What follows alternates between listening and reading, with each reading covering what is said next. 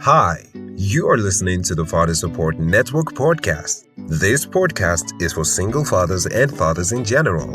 On this podcast, we educate, inform, guide, encourage, and help fathers navigate the complex challenges of maintaining contact and healthy relationships with their children after separation or divorce. Your host is Dr. Michael Uwangba. Michael Uwangba is a father of three who successfully fought for the right of his children to have their father in their lives.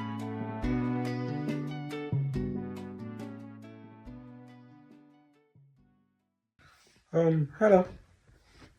Today I want to react to the sad uh, assassination of Charlie Kirk. I think a 31-year-old uh, public figure in America. I think he uh, runs a movement, Republican movement, where he pro uh, supports and promotes and defends a lot of conservative views, some of which have brought him on loggerheads with those you consider progressives or liberals, or those you consider on the left side of things. And some of I didn't know about this young man until his unfortunate demise. But I've had time to listen to some of his debates. I think he has this debate that is this open debate with university students. At the time of his death, he was having one of those debates at the University of Utah, and he some of his few debates I've watched has to do with issues surrounding slavery, reparation, blacks, and but I've also seen issues relating to abortion. So he talks quite wide range. There are but I want to talk about this in a wider sense, not what we've this world. We live in a world where it's either left or right, Republican or Democrat, conservative or liberal. That is so myopic. And I think all of these um kind of like bipolar divisions or bipolar ideological leanings have damaged, probably a lot of damage, where people on the left side of the politics might say something on the right, people on the right side cannot come together. They have to toe the party line. This is very, very terrible. Again, I relate that to what we say about that goes to our education, goes to the absence of critical education. I grew up in a tradition of critical education whereby you can maintain a position and someone else can maintain a different position, and you can debate your position without necessarily you could disagree to agree. You expands your perspective, you expands your horizon, how you see life. But I don't know if it's our education, if it's the world we live in, where people see things from a very narrow lens, and it has to be either my way or the highway, and people see things in that narrow sense, and it's the rise of ideology, whatever it is, the left, the right, the ultra left, the ultra right. We've just, but this is what I want to talk about, because I've seen a lot of post the assassination. There's a lot of tensions that are up in a lot of the Democrats. I've seen a lot of shocking lack of empathy. I don't, you don't necessarily have to agree with someone, but when someone dies in that way, and I think this young man had left a wife and two kids. No matter your disagreement, that's a human being. I can't make a human being. So it fascinates me how a human being is made, and you take life. So you feel empathy. Say you sympathize with even if my enemy dies, I'm not gonna be jubilating and popping. I'm still gonna have a moment, a solemn moment, where I'm reflecting about life, about how we are not infallible, and look at how we are very little as human beings. We're just nothing. So it's a moment of reflection, rather a moment of jubilation. There's nothing to jubilate on whatever side. And it points to a very dangerous slope in our society where, but we're forgetting we also need to look at what these people are talking about. Don't ignore what they're saying. Don't say, oh, these people have no empathy, somebody died. But they say, oh, but there have been so many thousands of people dying on this side, nobody's showing the same stuff. You can't disagree with that argument. But this is the underlying, this is the big picture. We have stoked division in that. We live in a very dangerous time where there's the rise of fascism, there's the rise of far right, there's anti-immigration, anti-order. Even the other day, it is the Ghanaian saying Nigeria must go, it is South Africa, this must go, in America, there's the we and the us, and the they, the order, the ordering, we're creating all of these. Everything is politics. Even in the UK here, everything is politics. You want to win an election, the leader of the Conservative, you talk down on the whole experience of a race of people. Slavery, you talk about that. You talk about colonialism. You present it in a benign way, just to advance your political agenda or the goal of your political party. So I think we need to reflect as a human, as a society, generally, and say where are we heading to? We're heading to a very dangerous place. It goes beyond the death of Charlie Kirk. What is going on all across the world, in Israel, in Gaza?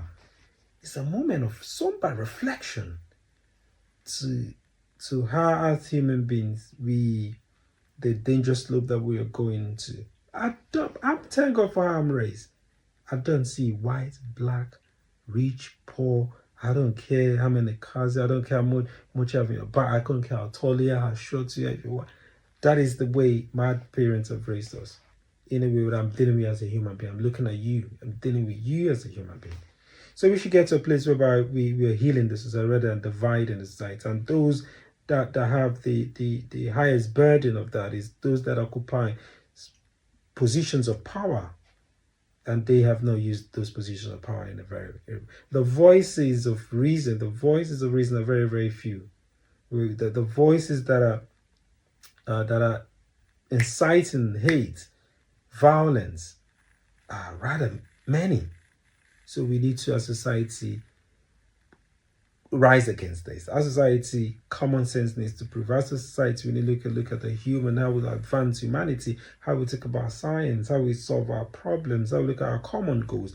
Nobody talk about common goals again. Everybody's talking. We live in in an era of international relations whereby it's the nation state. They protect. Everybody's fighting for me. The order. There's that. All of that. We need to take a moment to reflect. The death of this show, I agree. I've listened to, so I agree with, because I hate categorizations. I'm left, but I pick what I've listened to. Some I don't agree with some of the few clips of. I don't agree with some of his views. I agree with some other of his views. We need to bring back critical analysis, critical thinking in our education. In America, I've seen where with the Donald Trump, they were defunding education, refusing critical race theory to be taught in schools. Why? It should be taught. We could say, okay, they could say these universities are left leaning. There should be a balance. We should fund racism whereby people can have free speech. People can have we could have a balance of opinion where we can have divergent and diverse view and perspective. It helps to move us forward. We can't have a world where there's just one view. What kind of a world is that? Now, so I think that's where the problem. That's what I want to talk about. I'm looking at the young man that killed this guy. I think this is a some Tyler guy, 22-year-old. The dad, he comes from a good home. It doesn't come from a broken. It comes from a good home, a Republican home where the parents are Republican. The dad was former police officer, as I've heard. I don't know how true this is. The dad was the one that turned him in, which is done very well. And you look at again. How have we got to where we've got into? It's a shame because again, before this guy was caught, there were some conspiracy theories there were some things said about this person's political leanings and all of that, but it might not turn out to be true, and I could have further incensed, further incite violence, further create divisions. So our word needs to heal. Our word needs to tackle things at the root cause. What is the root cause of this issue? We need to start dealing with root causes and leave all the symptoms and leave all this political it's called, it's called cheap political goals of victory. And we need to heal the family. The family needs to heal. We need to stop teaching hate. We need to start teaching and start teaching tolerance and start understanding history. We can't discard history. We need to look at injustice that have been meted to people, and we need to heal the injustice with the people. We can't discard history. People sometimes, I'll just pick one, pick the slavery. Oh, it's 400 years, it never happened to. But these things have the reverberates, the impact, the implications, the struggle, the impact, the effect of that. We need to deal with that.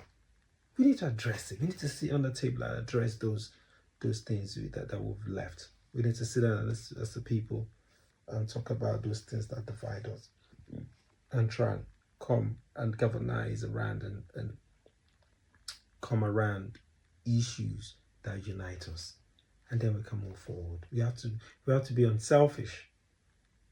We have to create a world full of tolerance, full of love, full of forgiveness, full of where we can have freedom of speech, freedom of movement. People can free to express their opinion without fear, and people can have freedom to worship whatever they want to worship, do whatever they want to do. We can't impose. You didn't create no human being. You can't impose your belief system. You can't impose your perception of what is right or wrong. We know as human beings, regardless of religion, regardless of race, right or wrong. They are fundamental human rights. They are fundamental rights. They are customary rights. Those rights are non-negotiable. We know it. We need to unite. We need to move forward. So I would just say, for those that are jubilating, this does not call for tribulation, and for those that are using these to persecute those that are expressing a different view,